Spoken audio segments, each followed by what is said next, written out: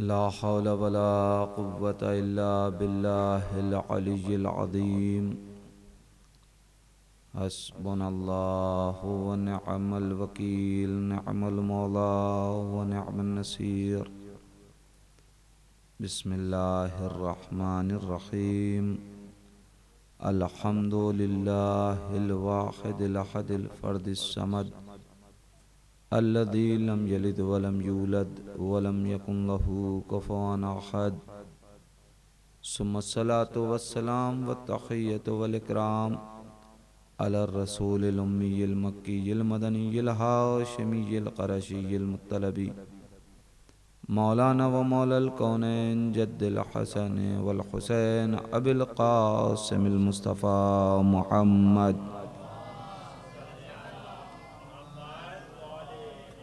वलअनतुल्लाहि अला आदाइहिम अजमईन मिनल आना इला क़ियाम यौमिद्दीन व बअद यौमिद्दीन।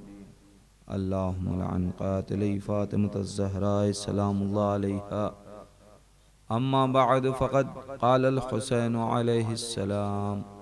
बिस्मिल्लाहिर रहमानिर रहीम। इन्नी लमख़रुज अशरन वला बतरा वला मुफ़सिदन वला ज़ालिमा बल इन्नमा खरजतु लितलबिल इस्लाह फ़ी उम्मति जद्दी व उरीदु अन आमुरा बिल मअरूफ़ व अनहा अनिल मुनकर व उसीरा बिसीरत जद्दी व अबी अली इब्न अबी तालिब। सलवात पढ़े मोहम्मद वाले।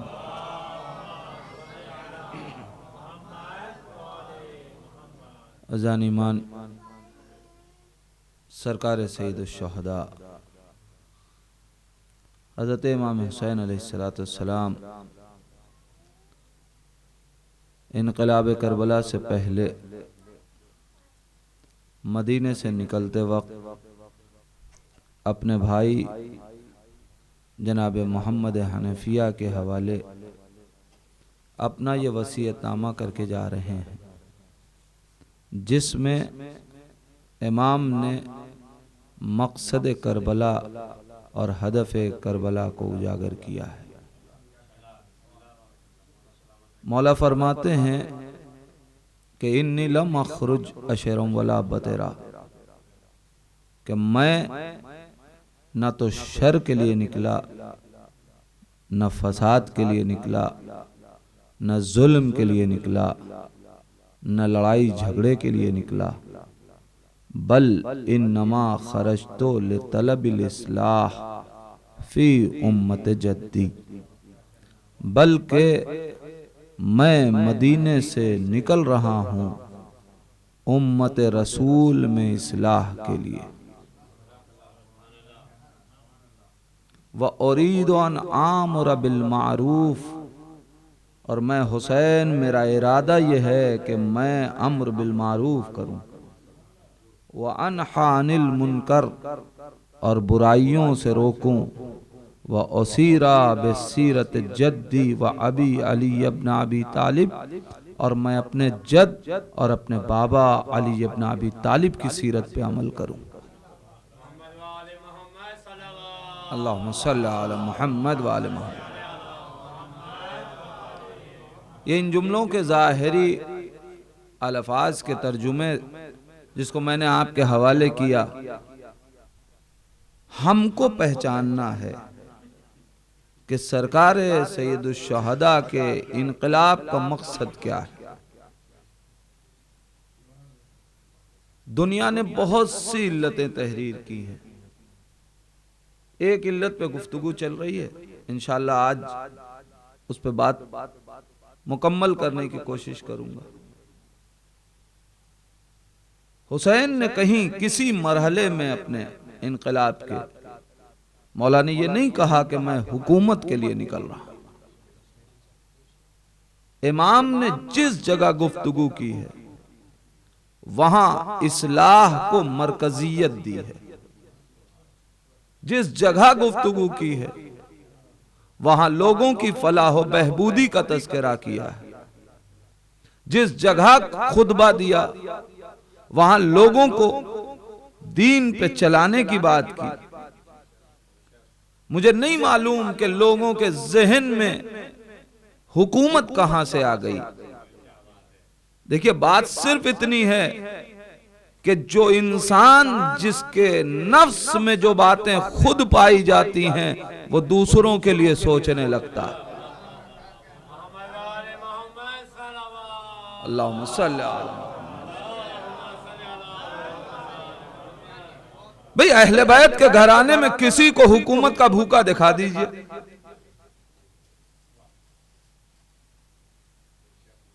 इस्लाम में तसव्वुरे हुकूमत बउनवाने तख्तो ताज रहा ही नहीं। आप तारीख उठा के देखें ना कि दरबार बनाए किसने? अलैकुमुस्सलाम, तशरीफ लाएं। अल्लाहुम्मा सल्ली अला मुहम्मद व अला हुसैन निकल रहे हैं इस्लाह के लिए। दुनिया की जिद है कि हुकूमत के लिए निकले। अब मैं जरा सा इस मरहले को आसान करने के लिए कि आया वाकईन कैसे समझ में आए कि हुसैन हुकूमत के लिए निकले या नहीं निकले, आइए पहले इस बात को देखा जाए, इस राज को तलाश किया जाए कि कोई हुकूमत क्यों चाहता है। अगर ये राज वाज़े हो गया तो फिर खुद ब खुद समझ में आ जाएगा कि हुसैन हुकूमत के लिए निकले या नहीं निकले। तलब हुकूमत का राज क्या है, वो सबब क्या है कि जिसके लिए इंसान हुकूमत की ख्वाहिश रखता है, हुकूमत तक पहुंचना चाहता है। देखिए, जब इंसान उसके इख्तियारात महदूद हों और वो जब चाहता है कि उसके इख्तियार में वुसअत पैदा हो तो वो हुकूमत का सहारा लेता है। मैं जरा सी मिसाल दूं ताकि बात हमारे छोटे भाइयों तक पहुंच जाए। मसलन एक इंसान है, उसकी हुकूमत अभी उसके घर तक महदूद है। उसने चाहा कि यह हुकूमत जरा वसी हो, तब उसने जो उसके महल्ले में कारपोरेशन का इलेक्शन हो रहा था, उसने वहां जाके अपना नाम लिखवा दिया और उस इलेक्शन में खड़ा हो गया। तो अब अपने घर से निकल के उसकी हुकूमत का दायरा वसी हुआ, महल्लों तक पहुंच गया। लेकिन अब उसने चाहा कि दायरा और वसी हो, तो उससे बड़े इलेक्शन लड़ने लगा। अब कभी आपके महल्ले में, आपके बोर्ड में, आपके जो कारपोरेशन का एरिया हो, वहां कारपोरेशन का इलेक्शन हो रहा हो, कोई साहब वहां से उठें और मुल्क के वजीर आजम के पास जाएं और जाके उनसे कहें कि हुजूर, हमारे महल्ले में कारपोरेशन का इलेक्शन हो रहा है, आइए चलिए आप भी अपना नाम लिखवा दीजिए। मैं यकीन दिलाता हूं कि सबकी जमानतें जब्त हो जाएंगी। आप बताएं उसका जवाब क्या होगा? उसका जवाब क्या होगा? वो यही कहेगा, नादान, जो पूरे मुल्क पे हुकूमत कर रहा हो उसे एक महल्ले की हुकूमत के लिए लड़ने की क्या जरूरत है? मैं क्या कह रहा हूं अजीज़ान ईमान भाई, जो पूरे मुल्क पे हाकिम हो उसे एक खित्ते की हुकूमत के लिए लड़ने की क्या जरूरत है? अजीज़ान ईमान, जो लोग ये कह रहे हैं कि हुसैन लड़ने गए हुकूमत के लिए, मैं उनसे सिर्फ इतना पूछना चाहता हूं कि आपने हुसैन के इख्तियारात को देखा है? पहले ये पहचानो कि हुसैन का इख्तियार कहां तक है, उसके बाद तब तुमको समझ में आएगा कि जिसका इख्तियार इस दुनिया की बात नहीं है, वहां की सरहदों से मिल रहा हो, वो अरब के एक खित्ते की हुकूमत के लिए लड़ने जाएगा। आइए तारीख से पूछिए, तारीख बता दे कि हुसैन का इख्तियार कहां तक है, क्या है इख्तियार हुसैन की मंजिल। देखिए वाकया आपका सुना हुआ है, नतीजा मैं देना चाहता हूं। क्या है इख्तियार हुसैन की मंजिल। 10 बरस इंतजार कर ले, 15 बरस रुक जाएं, 20 बरस, 40 बरस, तारीख कहती है इंतजार की जरूरत ही नहीं। अभी हुसैन आए हैं, आओ इख्तियार हुसैन का आलम देखो। अभी हुसैन दुनिया में जाहिर बजाहिर आए कि उधर से फरिश्तों की टोलियां चली, साथ में जिब्राइल के एक मातूफ फरिश्ता लेके दरे हुसैन पे आए और आके सवाल किया, या रसूल अल्लाह, बेटे की मुबारकबाद देने आए हैं, ईदी लेने आए हैं।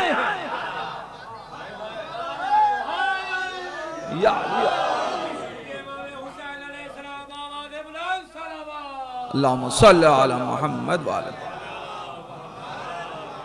या नबी अल्लाह, मुबारकबाद देने आए हैं, ईदी लेने आए हैं, क्या चाहते हो। का एक मातूफ फरिश्ता है, उसे लेके आया। किस लिए, ताकि उसे बालों पर मिल जाए। मातूब फरिश्ता, मातूब यानी जिस पे इताब हुआ। इताब किस पे होगा, जो गुनाहगार हो। फरिश्ते मासूम होते हैं,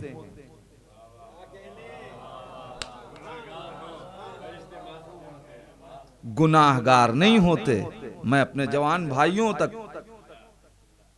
इस मंजिल को पहुंचाना चाहता हूं कि जब फरिश्ते मासूम, इताब गुनाहगार को होगा।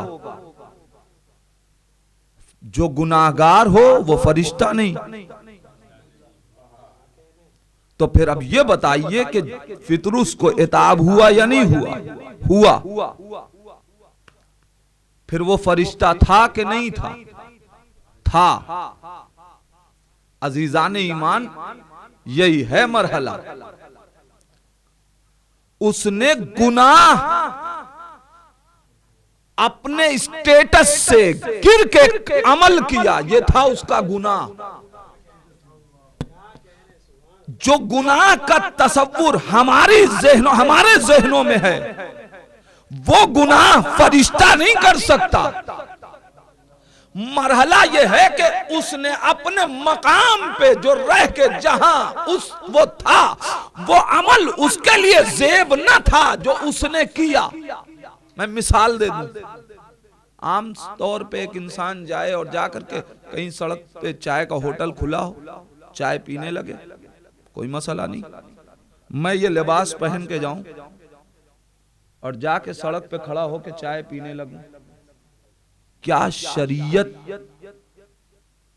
मेरे ऊपर इताब करेगी? हराम नहीं है, मगर मुआशरे में देखने वाला हर इंसान कहेगा कि हुजूर गुनाह तो नहीं है, मगर आपके मेयार से गिरी हुई बात है कि आप इस लिबास में ये काम अंजाम दें। अजीजान ईमान, चूंकि वो था फरिश्ता, गुनाहगार नहीं था, मगर जो अमल उसने किया था वो उसके एतबार का नहीं था, लिहाजा अल्लाह ने उसकी बुनियाद पे उससे बालों पर छीन लिए। मैं यहां पर रुक के एक बात कहना चाहता हूं। इसका मतलब यह है कि अगर कोई अपने मेयार से गिर के अमल अंजाम दे तो कभी कभी गुनाह तो नहीं है, मगर खुदा के कहर का जिम्मेदार हो जाता है। अब अजीजान ईमान, हम अहले बैत के चाहने वाले, हमारा भी तो कोई मेयार है। या अली, हमारा भी कोई मेयार है। हम कोई आम कौम नहीं है कि जो जो चाहे वो अमल करता रहे। कोई कौम कोई अमल करे, लेकिन हुसैनियों को वो अमल करना है कि जो उनके मेयार के मुताबिक हो।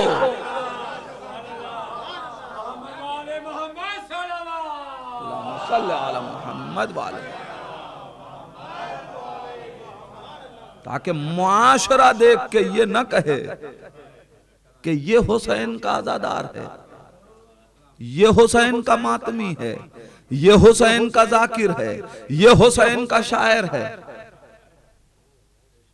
हमारा एक मेयार है। लेके आए मातूफ फरिश्ता है। रसूल इस्लाम ने क्या कहा? जाओ हुसैन के झूले से मस कर दो। देखिए, मैं वाक़े को वाक़े की तरह पढ़ने का आदी नहीं, और ना मैं ये चाहता हूं। आप कभी कोई वाक़या अहले बैत से हो तो जरा रुक रुक के, ठहर ठहर के, सोच के, गौर करके। इसलिए जब कुरान सामित की आयतों के लिए खुदा गौर करने को कहे तो ये कुरान नातिक हैं या नहीं है? तो ठहर के जरा गौर तो कीजिए। रसूल कह रहे हैं झूले से मस कर दो। मेरा सवाल यह है कि अभी हुसैन झूले में कितनी देर लेटे? यह वाकया इमाम हुसैन के आने के कई दिन बाद का नहीं है, उसी दिन का है। अच्छा, ये फरिश्ते हैं, इनको भी आने में देर नहीं लगती।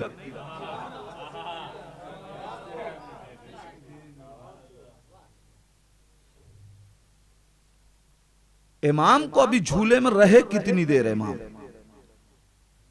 अजीजान ईमान, और ये आने वाला बच्चा वो भी नहीं है कि जिसका इंतजार न रहा हो और दुनिया में आ गया हो। ये वो बच्चा है कि जिसका इंतजार बीबी जहरा को, जिसका इंतजार रसूल को, जिसका इंतजार अली को, जिसका इंतजार उम्मे सलमा को, जिसका इंतजार इमाम हसन को। तो जब हुसैन दुनिया में आए तो कभी रसूल ने अपनी गोद में ले लिया, कभी अली ने अपनी गोद में लिया, कभी हसन ने अपनी आगोश में लिया, कभी उम्मे सलमा ने अपनी आगोश में लिया। हुसैन झूले में कितनी देर रहे? आप जरा सोचें तो, अभी हुसैन झूले में कितनी देर रहे? और फिर यहां यह बात समझाना बहुत आसान होगा। ये अरब का बच्चा है, हमारे हिंदुस्तान पाकिस्तान का बच्चा नहीं है कि जिसको झूले में लेटाया जाता है तो उसके हाथ पैर आजाद होते हैं। नहीं, अरब में जब झूले में लेटाते हैं बच्चे को तो उसके जिस्म को, पूरे जिस्म को एक कपड़े से लपेट देते हैं। तो इस झूले में न तो हुसैन का हाथ मस हुआ, न जिस्म मस हुआ।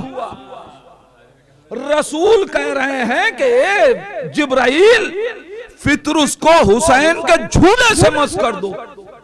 या रसूल अल्लाह, हुसैन अभी झूले में रहे कितनी देर?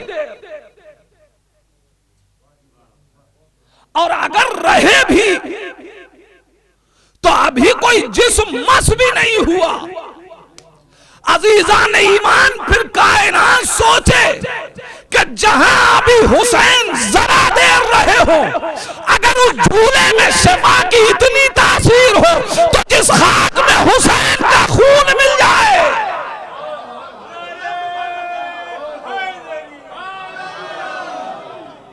जरा सोचिए। या अली, या अली मदद। हुसैन को झूले में, और फितरुस से कहा झूले से मस हो जाओ। या रसूल अल्लाह, हुसैन मौजूद है, कहिए हाथ से मस कर दो, कहिए जिस्म से मस कर दो। रसूल अजब नहीं सवाल करे, नादान आने वाला कौन है? जाहिरन गुनाहगार का। तो फिर क्या गुनाहगारों का सिलसिला आज खत्म हो जाएगा? का नहीं, ये सिलसिला खत्म नहीं होगा। शायद इसीलिए रसूल इस्लाम ने हुसैन के जिस्म से नहीं मस करवाया, इसलिए कि अगर जिस्म से मस करवाते रसूल तो दुनिया ये समझती कि जब तक हुसैन होंगे तब तक गुनाहगारों का गुनाह बख्शा जाएगा। का नहीं, हुसैन के झूले से मस कर दो, यानी जो चीज हुसैन से मंसूब हो गई उससे मस हो करके अगर नेदामत के साथ तुम अपने गुनाहों की बख्शिश चाहते हो, कयामत तक के लिए रसूल इस्लाम ने मेयार दे दिया कि आप जो चीजें हुसैन से मंसूब हो जाए, जब गुनाह का एहसास हो वहां आना, मस हो के दुआएं कर लेना, कबूल हो जाएगी दुआएं। यह है अज़मत हुसैन। आप जरा सोचें, अल्लाहुम्मा सल्ली अला मुहम्मद व आले मुहम्मद।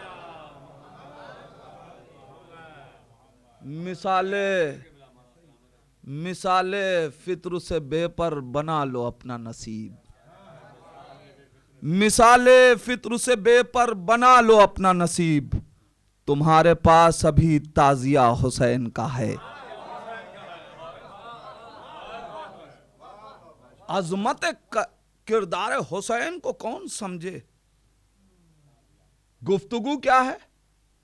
इख्तियार हुसैन।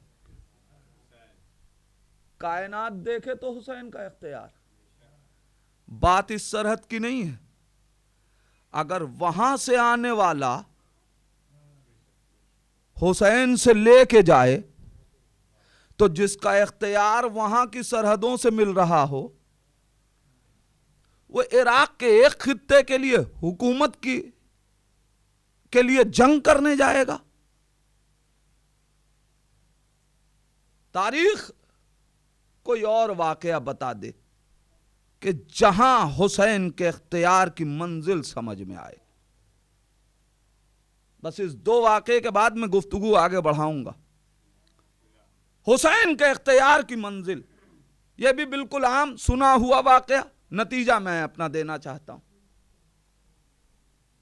हुसैन मजलूम रसूल के दरबार में आ रहे हैं। एक शख्स मायूस होकर दरबार रसूल से जा रहा है। हुसैन की निगाह पड़ी, हुसैन ने राहिब को देखा। अजीजान ईमान सवाल किया, राहिब कहां जा रहा है? कहा आपके नाना के पास आया था औलाद की तलब में। नबी ने कहा तेरी किस्मत में औलाद नहीं है, लिहाजा वापस जा रहा हूं। मैं रुक के एक बात सिर्फ कहना चाहता हूं, दुनिया वालों, जो हुसैन गैर मजहब को मायूस देखना पसंद ना करे, यह कैसे मुमकिन है कि अपनों को मायूस छोड़ दे? मांगने का अंदाज होना चाहिए। हाथ पकड़ा, कहा चलो। अब दुनिया यहां कहती है कि रसूल इस्लाम और इमाम हुसैन में टकराव हो गया। हुजूर, टकराव रिसालत और इमामत में नहीं होता।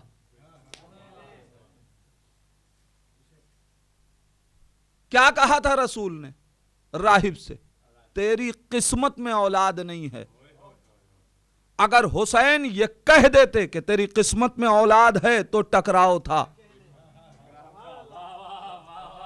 रसूल ने यही तो कहा था कि तेरी किस्मत में औलाद नहीं है। रसूल ने यह कब कहा था कि मुकद्दर बनाने वाले को साथ लाओगे तब भी तकदीर न बदलेगी? अब जब राहिब इमाम हुसैन को लेके आया, अल्लाह रे एहतमाम हुसैन, इमाम हुसैन ने क्या कहा? कहा नाना मैं दुआ करता हूं, आप आमीन कहिए। ये नहीं कहा कि आप दुआ कीजिए मैं आमीन कहता हूं। जबकि अजीजान ईमान आम तौर से मुआशरे में दुआ बुजुर्गों से करवाई जाती है। हुसैन कह रहे नाना दुआ मैं करूंगा, आमीन आप कहें। मौला क्यों? कहा जाओ उलमाए इरफान से पूछो, वो बताएंगे तुमको कि दुआ में दुआ से ज्यादा तासीर आमीन की होती है। यकीन ना आए तो मूसा का वो वाकया उठा के देख लो। 3 दिन तक दुआएं करते रहे, मगर चूंकि गुनाहगार आमीन कह रहा था तो इस्तेजाबत ना हुई।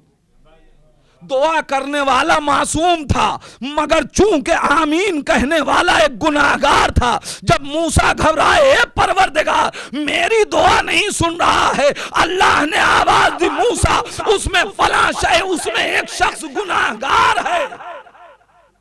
को बंद कर दे, उसमें एक शख्स गुनाहगार है। जैसे ही ये सुना, परवरदिगार बता दे वो गुनाहगार कौन है। इतनी देर में उसके दिल ने करवट बदली। पालने वाले मुझे माफ कर दे, अब आज के बाद गुनाह न करूंगा। मूसा ने दुआ की, दुआ मुस्तजाब हुई। परवरदिगार वो गुनाहगार तो उठ के कोई गया भी नहीं। वो था कौन? कहा मूसा मेरा बंदा, मैं ये नहीं चाहता कि मैं मुआशरे में उसे रुसवा करूं। अजीजान ईमान, अगर गुनाहगार राबता परवरदिगार से करे तो मासूम परवरदिगार से करे, तो खुदा मासूम नबी को भी गुनाहगार की गुनाहों को बताना नहीं चाहता। अजीजान ईमान, पहचाने कितना रहीम है वो परवरदिगार। लेकिन हुआ क्या? जब तक आमीन कहने वाला गुनाहगार था, दुआ मुस्तजाब ना हुई। आप मुझे बताएं क्यों नहीं इमाम ने कहा कि मैं दुआ करता हूं, आप आमीन कहिए? कहा नाना, ये क्यों कहा कि मैं दुआ करता हूं आप आमीन कहिए? ये क्यों ना कहा कि आप दुआ कीजिए मैं आमीन कहूं? अजब नहीं, सरकारे सैयद शुहदा आवाज दे नादान।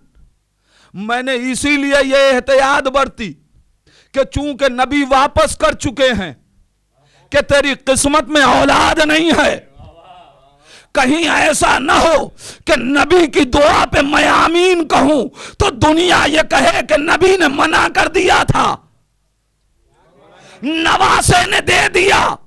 कहा नहीं, अब दुआ मैं करूंगा, आमीन नबी कहेंगे। अब दुनिया वालों एक जुमला याद रखना, किसी की आमीन रद्द हो जाए, नबी जिस दुआ पे आमीन कहते वो दुआ रद्द नहीं हो सकती। या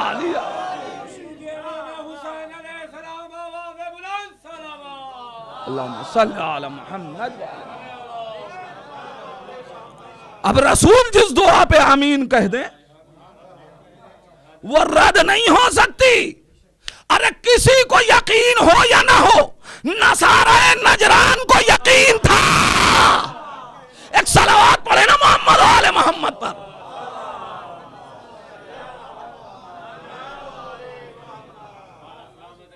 और अब इमाम ने दुआ की, 7 बेटे राहिब को मिले। फिर कहूंगा गौर किया कीजिए, 7 बेटे रसूल ने वादा किए। भाई ये औलाद है, औलाद। एक बेटे के लिए भी अभी उसे इंतजार करना है। नबी 7 बेटों का वादा दे रहे हैं, मगर अल्लाह रे एतबारे राहिब सामने नेमत है नहीं, मगर नबी ने कह दिया, हुसैन ने दे दिया। तो अल्लाह रे एतबार के राहिब होने के बावजूद रिसालत पे ही तो ना एतबार है कि कह दिया तो मिलेगा। अब एक जुमला कहूं अज़ीज़ान ईमान, मालूम यह हुआ कि अगर इंसान रिसालत पे एतबार करे तो 7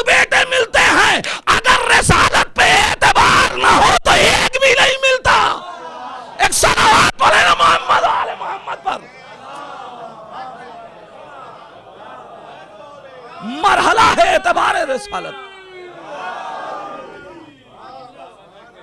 7 बेटे किसकी दुआओं ने दिए? हुसैन की।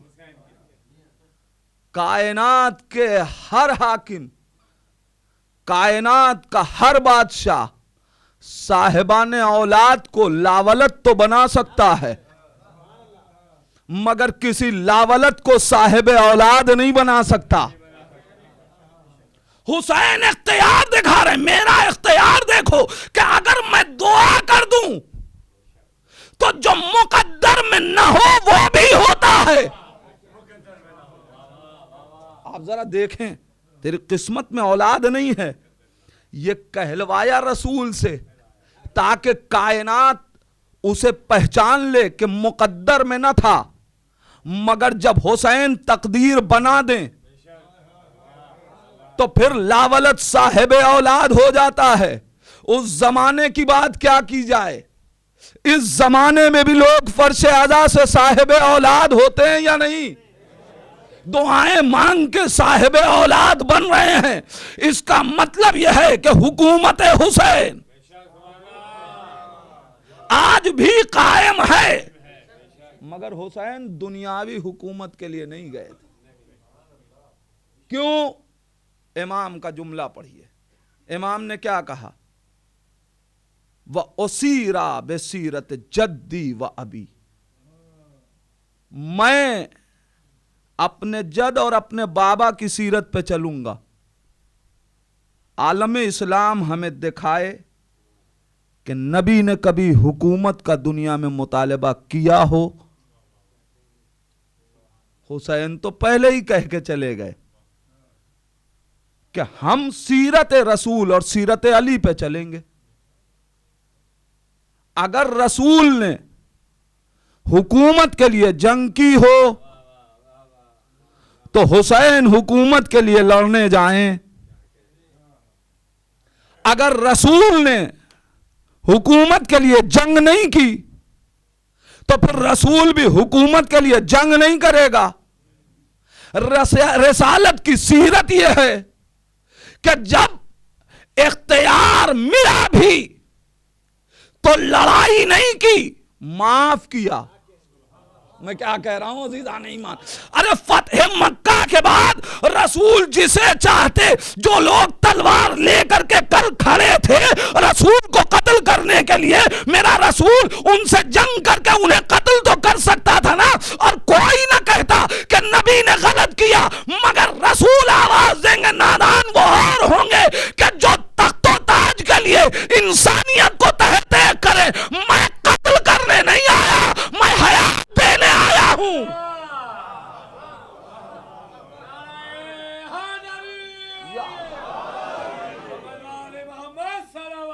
अल्लाहुम्मा सल्ली अला मुहम्मद व आले मुहम्मद। आप जरा पढ़े तारीख तो आपको महसूस होगा, रसूल ने मुतालिबा नहीं किया, दुनिया ने दिया जरूर है। जब मदीने की गलियों में रसूल ऐलान कर रहे हैं, क़ूलू ला इलाहा इल्लल्लाह तुफ़्लिहू, कहो ला इलाहा इल्लल्लाह निजात पा जाओगे। तारीख पढ़ के देखिए कि रसूल ऐलान करके अपने घर वापस आए, लोग खुद हुकूमत की पेशकश लेके आ गए। या रसूल अल्लाह, एक हाथ पे चांद, एक हाथ पे सूरज,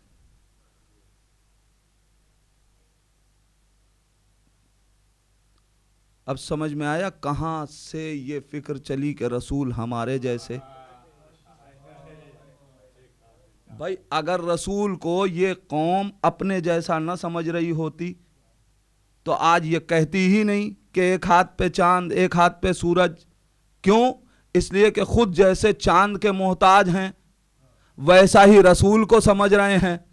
भाई इनको मालूम ही नहीं कि इनकी एक उंगली के इशारे पे सूरज पलटता है, एक इशारे पे चांद दो टुकड़े होता है। तो ये क्या था कि एक हाथ पे चांद एक हाथ पे सूरज? कोई चांद सूरज लाके दे सकता था? कहा नहीं। इससे मुराद ये है कि दिन और रात की हुकूमत आपके हवाले।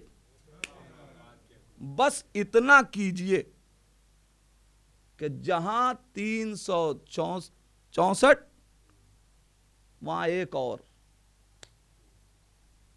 उन्हें मना न कीजिए, उनका इनकार न कीजिए। 365 जहां वहां एक और, 366 खुदा मान लिए जाएंगे। कुरान की आयत है कि कुरान कह रहा है, उनकी हिकायत कर रहा है कि वो आए और आके उन्होंने कहा कि एक और बस किया यह जाएगा कि कभी हमारे खुदा को पुकारा जाएगा, कभी आपके। फायदा होगा तो सबको हो जाएगा, नुकसान होगा तो सबको हो जाएगा। अजीजान ईमान, दुनिया क्या कह रही थी? हुकूमत दे रहे हैं। कहिए रसूल इस्लाम से, या रसूल अल्लाह पहले हुकूमत ले लीजिए। जब हुकूमत आ जाए इख्तियार में और सारी जगह आपका निजाम मजबूत हो जाए, उसके बाद कहिएगा अब सब लोग किनारे हो जाओ, अब सिर्फ एक खुदा को माना जाएगा। हुकूमत जिसके इख्तियार में होगी सबको मानना पड़ेगा। या नबी अल्लाह, ना तो आपके ऊपर ओझड़ियां फेंकी जाएंगी, न सख्तियों से गुजरना पड़ेगा, न हिजरत का मरहला पेश आएगा, न जंगें होंगी। आपको ये इख्तियार दे रहे हैं, पहले इख्तियार ले लीजिए, उसके बाद इनकार कर दीजिएगा।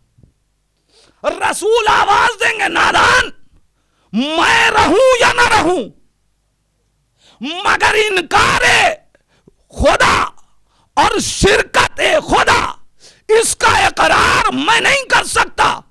यानी हुकूमत पाने के लिए मैं खुदा की तबलीग छोड़ दूं, यह नहीं हो सकता। दुनिया में रहने की जगह न रहे, मगर उलूहियत का इकरार करूंगा, तबलीग दीन खुदा करूंगा। मिजाज को मिजाज से मिलाइए। कल यही तो कहा जा रहा था, ए हुसैन बैयत कर लो, मदीना तुम्हारे इख्तियार में, मक्का तुम्हारे इख्तियार में। हुसैन आवाज देंगे, मिसली लायो मिसला। हुसैन जैसा यजीद जैसे की बैयत नहीं करेगा। आप जरा पहचाने, दी जा रही है हुकूमत, अपने मौकिफ से हट के जाहिरी हुकूमत लेके करूंगा क्या? आइए फिर तारीख पढ़िए, दूसरी सीरत किसकी? मौलाए कायनात की। लोग आए या नहीं अली के पास? या अली, हुकूमत आपको, कुरान और सुन्नत उसके साथ। अली ने कहा तुम्हें तुम्हारी हुकूमत मुबारक हो। अली सिर्फ और कुरान और सीरत रसूल पे चलेगा, उसके अलावा कोई सीरत नहीं। हुकूमत मिल रही है, ठोकर मारी जा रही है। आप मुझे बताएं, कोई तारीख मुझे लाके दिखाइए कि अहले बैत में से किसी ने हुकूमत मांगी हो। ठोकर सबने मारी है, मांगी किसी ने नहीं। अजीजान ईमान, मांगी वो चीज जाती है जो पहले से ना हो। जब विलायत खुदा खुद दे चुका, तब दुनिया से क्यों मांगी जाए? तुम मानो या ना मानो, खुदा खुदा है। तुम मानो या ना मानो, रसूल रसूल हैं। तुम मानो या ना मानो, कुरान कुरान है। जैसे ये सारी चीजें किसी के मानने की मोहताज नहीं है, वैसे ही विलायत अहले बैत किसी के मानने की मोहताज नहीं है। इसलिए कि अगर किसी से मांगी होती तो मानने के मोहताज होते। जिसने दी है वो खुदा जानता है कि यही तो साहिब इख्तियार हैं। सारी कायनात पे हमारा इख्तियार। हम एक खित्ते की हुकूमत के लिए जंग करने जाएंगे, हम एक खित्ते की हुकूमत के लिए लड़ने जाएंगे। अजीजान ईमान, क्यों ये फिक्र डाली जा रही है? वजह सिर्फ इतनी है कि करबला को अपने मेयार से नीचा करना। लिहाजा जरूरत है कि हम करबला को हुसैन के अक़वाल के आईने में पहचाने, हम करबला को हुसैन के अक़वाल की रोशनी में पहचाने। अजीजान ईमान, एक बात कह के गुफ्तगू आगे बढ़ा दूं। अजीजों, आप तारीख उठा के देखिए, किसी ने भी अहले बैत में हुकूमत का मुतालबा नहीं किया। यही वजह है, चूंकि इनको हुकूमत वहां से मिली, कायनात को यहां से मिली, लिहाजा कायनात के हर हाकिम पे सियासत ने हुकूमत की। एक बहुत कीमती जुमला आपके हवाले कर रहा हूं। कायनात के हर हाकिम में, कायनात की हुकूमत में और अहले बैत की हुकूमत का एक फर्क महसूस करे। कायनात के हर हाकिम पे सियासत ने हुकूमत की और अहले बैत ने हर दौर की सियासत पे हुकूमत की। नहीं, मैं बहुत कीमती बात कह रहा हूं अजीजान ईमान। हर दौर के हाकिम पे सियासत हुकूमत कर रही थी। वो पहले सियासत को देखते थे, तब फैसला करते थे। लेकिन यहां सियासत पे हुकूमत थी। यही वजह है कि जब जाहिरी हुकूमत मेरे मौला के हाथ में आई, तो उस वक्त मौला ने क्या कहा? जब माजूल करने लगे मौला लोगों को, तो कुछ लोग आए, या अली अभी माजूल न कीजिए, जब हुकूमत को इस्तेहकाम मिल जाए तब माजूल कीजिएगा। यानी अभी सियासत की इजाजत नहीं है, सियासत अभी इजाजत नहीं दे रही है कि आप किसी को माजूल करें। अगर अली सियासत का इंतजार करें तो फिर सियासत अली पे हाकिम है, और अगर अली सियासत को ठोकर मारे और अदालत का एहतमाम करें तो अली सियासत पे हाकिम है। अली ने आवाज दी, मेरी हुकूमत में हुकूमत रहे या न रहे, कोई गैर आदिल एक लम्हे के लिए भी हाकिम नहीं रह सकता। सलावत बर मोहम्मद वाले। यह है मरहला हुक्म। यह आलम मोहम्मद का कमाल है कि हर दौर में इन्होंने हुकूमत पे हुकूमत की है, सियासत पे हुकूमत की है। वरना सियासत तो ये कह रही थी कि हुसैन मदीने से क़याम करो, अफराद ज्यादा मिलेंगे, मगर शरीयत कह रही थी हुसैन करबला से क़याम करो। हमें करबला को हुसैन के अक़वाल में पहचानना। कल इंशाअल्लाह गुफ्तगू वहीं से शुरू करूंगा कि हुसैन एक जुमला कह रहे हैं, मिसली ला युबायो मिसला। ये इस बात का खुद बय्यन सबूत है कि हम हुकूमत के लिए लड़े ही नहीं, वरना आप तारीख उठा के देखें, हुकूमत के लिए अगर हुसैन को लड़ना होता तो अब्बास को तलवार देते।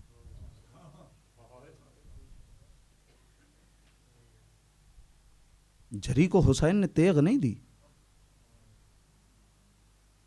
जहनों में आपके भी सवाल उठता है ना, मौला क्या बात, जिसको परवान चढ़ाया गया करबला के लिए, उसे करबला में तेग दे के ना भेजा जाए। वजह यह है कि हुसैन को बुरों को खत्म करना होता तो अब्बास को तलवार दे देते। हुसैन को बुराई को खत्म करना था, और बुराई शहादत से खत्म होगी। लिहाजा अब्बास जैसा जरी कुर्बान किया जाएगा।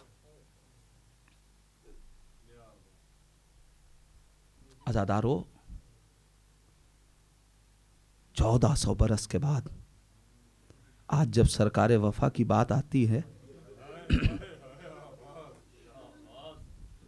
आपका दिल तड़प जाता है ना, हौसले करवटें बदलने लगते हैं ना। कितना भरोसा है आपको अब्बास पे, मौला अब्बास की वफा पे, जबकि आपकी ना तो कोई रिश्तेदारी है और ना आपने अब्बास को देखा है। जिस जैनब की आगोश में अब्बास पले थे, उस जैनब को कितना भरोसा रहा होगा। हाँ, ये बाबुल हवाइज का गम है। आंख में आंसू आ जाए ना तो दुआएं कर लीजिएगा, परवरदिगार तुझे बाबुल हवाइज का वास्ता, जो परेशान हाल है उनकी परेशानियों को दूर कर दे।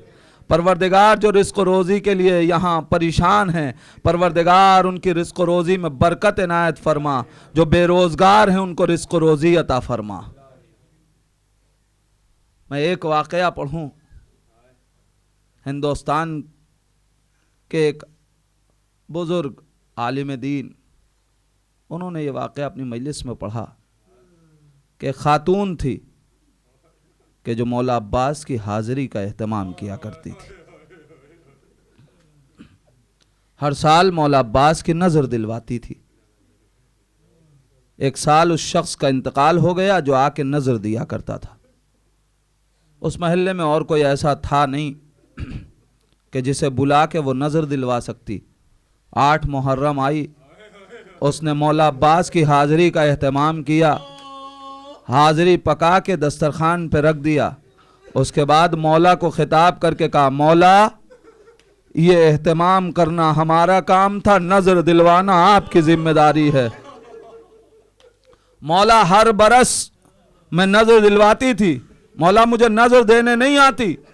जो नज़र देने वाला था वो इस दुनिया में नहीं रहा। मौला ये जिम्मेदारी आपकी है कि आप इस गरीब की नज़र को कबूल कर लें। थोड़ी देर के बाद दक्कुल बाब हुआ, आगे बढ़ी, उसने दरवाज़ा खोला, देखा कोई अरब है, वो सवाल कर रहा है, ए ज़ईफ़ा ये बता तुझे नज़र दिलवानी है? कहाँ, मुझे अब्बास की नज़र दिलवानी है।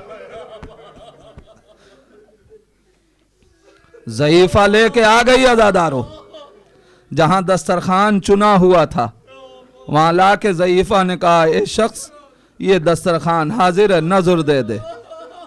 वहाँ आने वाला खड़ा हो गया, थोड़ी देर खड़े रहने के बाद उसने कहा नज़र हो गई। ज़ईफ़ा कहती है नहीं नज़र नहीं हुई है।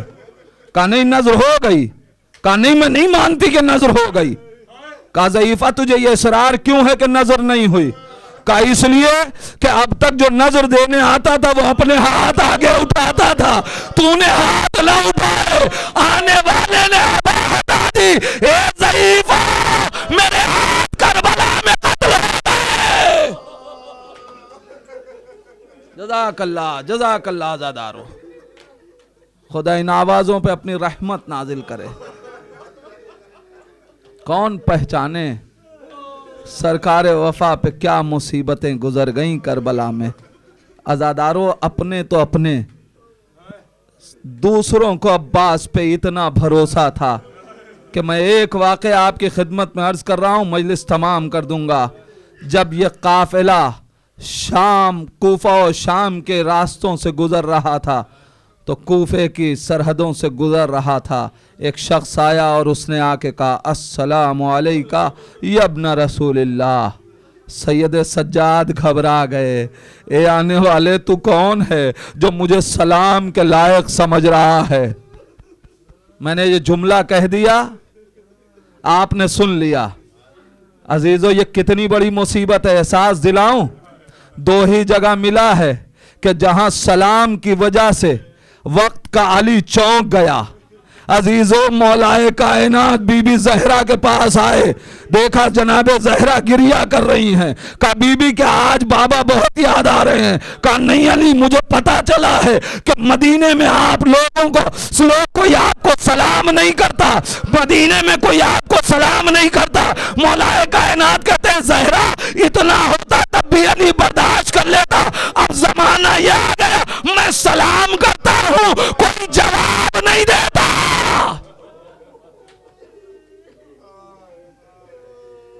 या सैयद सज्जाद चौंक पड़े, आवाज देते हैं भाई तू कौन है जिसने मुझे सलाम के लायक समझा? अब तक जिसने भी खिताब करना चाहा ना, किसी ने दुर्रे मारे हैं, किसी ने ताजियाना मार के हमें खिताब किया है। भाई करबला के बाद किसी ने हमें सलाम नहीं किया। तू कौन है? आने वाला कहता है आका मैं आपके नाना का सहाबी जैद इब्ने अरकम हूं। जुमला सुन लो आजादारो, पुरसा दे लो। एक मर्तबा इमाम कहते हैं जैद अपने सर को नीचा रखना। अरे ऊंट के ऊपर मेरी फुफिया मां बहने बरहना सर। जैद खबरदार सर ऊपर न करना। जैद कहते हैं आका मैं एक सवाल लेके आया हूं। सैयद सज्जाद कहते हैं जैद बता तेरा सवाल क्या है? कैसे कहूं आजादारो जैद तेरा सवाल क्या है? कहा का इतना बताइए कि अब्बास ने वफा न की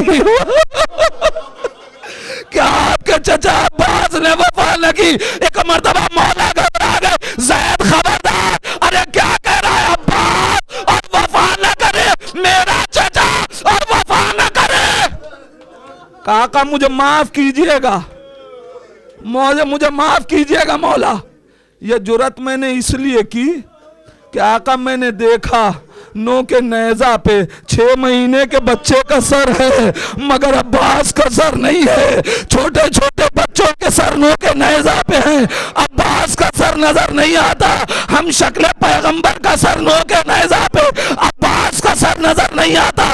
एक मर्तबा इमाम कहते ए ज़ैद वो देख जो सफेद घोड़े की गर्दन में सर बंधा है वो मेरे चचा अब्बास का सर है।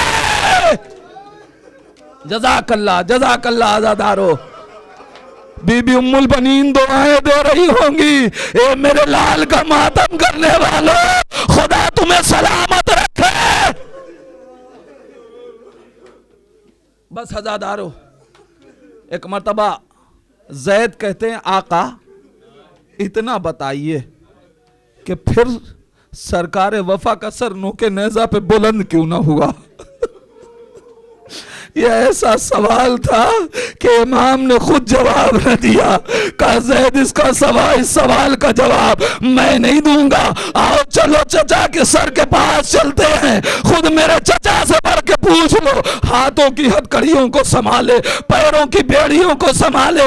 इमाम एक मर्तबा सरकार वफा के पास आए। ए चचा कोई शिकवा लेके नहीं आया, कोई शिकायत लेके नहीं आया, बेपर्दगी का शिकवा न दुर्रों के खाने का शिकवा। ए चचा ये नाना का सहाबी है, इसके सवाल का जवाब दे दो। जैद सवाल कर ले। जैद ने सलाम किया, कटी हुई गर्दन से जवाब सलाम आया। जैद ने फिर सवाल किया, सरकार वफा इतना बताइए कि सबके सर तो नो के नेजा पे बुलंद हुए, आपका सर नो के नेजा पे क्यों न दिखाई दिया? अरे मर्तबा कटी हुई गर्दन से आवाज आई, ए ज़ैद, अरे जालिम जब सर बुलंद करता था मेरी शहजादी ज़ैनब बेरदा सकीना तमाचे खाती हुई, अरे मुझसे देखा न गया, सर जमीन पे आ गया। रिवायत खत्म हो गई, आपने गिरिया कर लिया। बस चंद दुआएं कर लीजिए, फिर सिर्फ एक जुमला गुफ्तगू तमाम कर दूंगा। परवरदिगार तुझे वास्ता है मोहम्मद वाले मोहम्मद का, इन आवाज़ों पे अपनी रहमत नाजिल फरमा। परवरदिगार इन आंसुओं को रुमाल सैयदा में जगह दे दे। ए परवरदिगार हम सबको मकसद आज़ा समझने और उस पर अमल करने की तौफीक अता फरमा। ए परवरदिगार इन आंखों को उस वक्त तक बंद न करना जब तक ये करबला में मौला अब्बास के रोज़े की ज़ियारत न कर ले। ए परवरदिगार तुझे सरकार बाबुल हवाइज का वास्ता, हरम सैयदा ज़ैनब और सैयदा सकीना की हिफाजत फरमा। ए आज़ादारो जी चाहता है दस्ते अदब जोड़ के सरकार वफा से एक जुमला कहूँ। ए आका जवाब देने से पहले सैयद सज्जाद से कहिए कि जरा दूर हो जाएं, कहीं ऐसा न हो कि आपका जवाब सुन के कि ज़ैनब बेरदा थी देखा न गया, कहीं सैयद सज्जाद आवाज न दे ए चचा सरोतन में जुदाई के बाद गैरत का ये आलम। हाय मैं सैयद सज्जाद करबला से कूफा, कूफे से शाम, कभी बाजार कभी दरबार, मुनादी की निदा ये ज़ैनब ये उम्मे कुलसूम।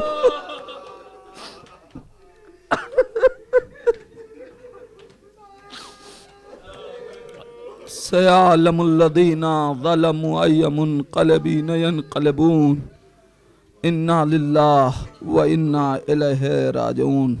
मातम हुसैन।